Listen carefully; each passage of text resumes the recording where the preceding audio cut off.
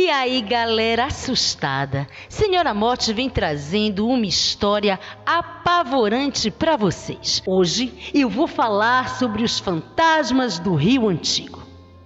A transferência da corte portuguesa para o Brasil foi um episódio sui generis na história de Portugal e na do Brasil. Pela primeira e única vez, uma colônia passava a sediar uma corte europeia. A Rainha Louca, Dom João VI, Carlota Joaquina e os demais membros da família real portuguesa, sua corte de nobres, servos e demais empregados domésticos, chegaram trazendo tudo o que puderam carregar, inclusive os livros da Biblioteca Real de Dom João VI, com um acervo de mais de 60 mil livros, e se radicaram no Brasil entre 1808 e 1821. E é justamente a Biblioteca Nacional do Rio de Janeiro um dos lugares com maior atividade paranormal do estado. Segundo o depoimento de vários funcionários, o lugar está infestado por fantasmas. Constantemente, eles ouvem barulhos de portas batendo, livros caindo, lamentos, choros e arrastar de correntes. Uma das funcionárias, que já viu muitas manifestações paranormais, é a chefe da divisão de obras raras da Biblioteca Nacional, Ana Virgínia Pinheiro, que confessa: quando ouço barulhos estranhos, nunca pergunto se é alguém. Vai que alguém invisível responda. Segundo Ana, no acervo existem livros que foram responsáveis pela morte de pessoas, seja porque os escreveram, leram ou possuíram. Ela reitera: temos casos de livros sobre satanismo, bruxaria, sobre o martírio de pessoas, técnicas de tortura, todo tipo de literatura nefasta. Sem dúvida, há uma energia ruim aqui. Os livros mais assombrados, digamos assim, são considerados obras malditas. Existe uma seção que foi batizada pelos funcionários de cemitério, e é onde ficam aqueles volumes que às vezes, por medo, não foram restaurados, como uma edição de 1614 do Maleus Maleficarum, ou Martelo das Feiticeiras, Manual da Inquisição para a Caça às Bruxas, que levou muita gente à fogueira. Há também uma outra obra chamada De Idolatria Mágica Dissertatio, que versa sobre demonologia e tem uma anotação macabra na folha de rosto que diz: este livro não poderá ser possuído. Ela conta que algumas vezes, ao abrir livros que ficaram fechados por séculos, é comum encontrar fios de cabelo do antigo dono já desencarnado há bastante tempo. Também estão na Biblioteca Nacional os pelos pubianos de Dom Pedro I. Isso mesmo, hoje são públicos os pelos púbicos do primeiro imperador do Brasil.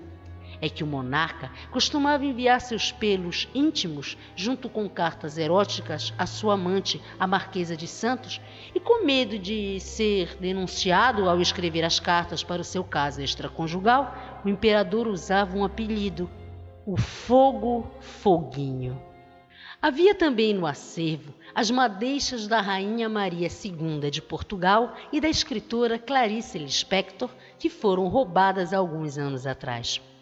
Ana diz que às vezes tem a impressão de que os fantasmas vêm reclamar sua parte na história, e o que dá medo é não saber se são do bem ou do mal. O que sei é que eles estão aí vagando entre as estantes, diz a moça.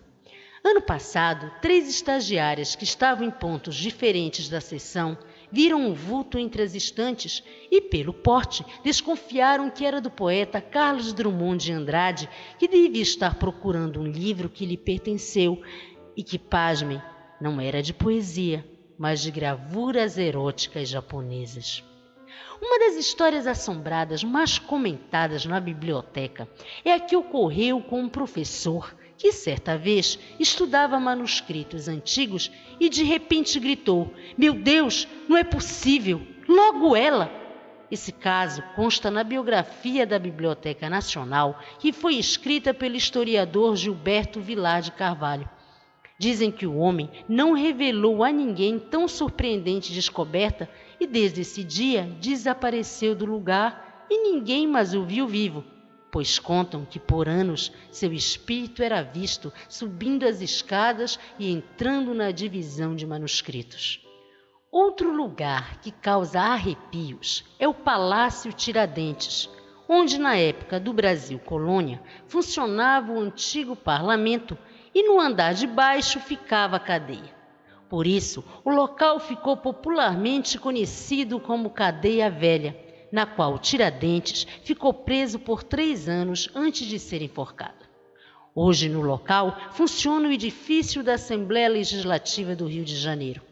Segundo alguns deputados, o negócio é assustador, principalmente no plenário, que quando está na penumbra causa a inquietante sensação de que aqueles políticos antigos, como Rui Barbosa, por exemplo, saíssem dos quadros e viessem passear pelos salões. Luiz Carlos Martins, o Carlão, segurança que trabalha há anos no palácio, até hoje se lembra de um caso que aconteceu num fim de semana e conta que ele fazia a ronda quando começou a ouvir alguém tentando forçar os portões. Quando foi averiguar, viu que era um homem barbudo, com cabelo grande, de bermuda e sandálias.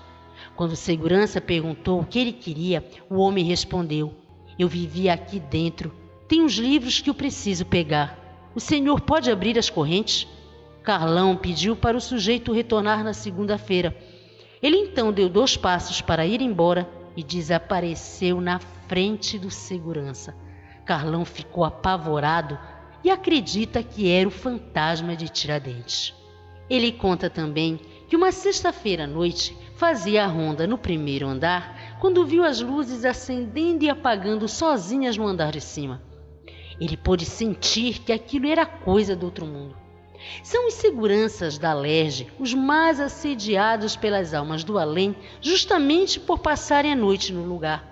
Eles dizem que quando fazem a ronda, têm a impressão de que são observados por alguém e muitas vezes sentem uma presença passar ao lado deles.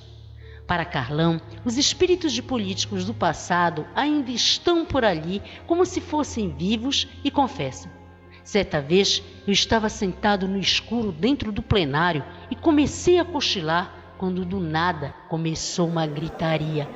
Eu acho que de noite os espíritos fazem sessões aqui."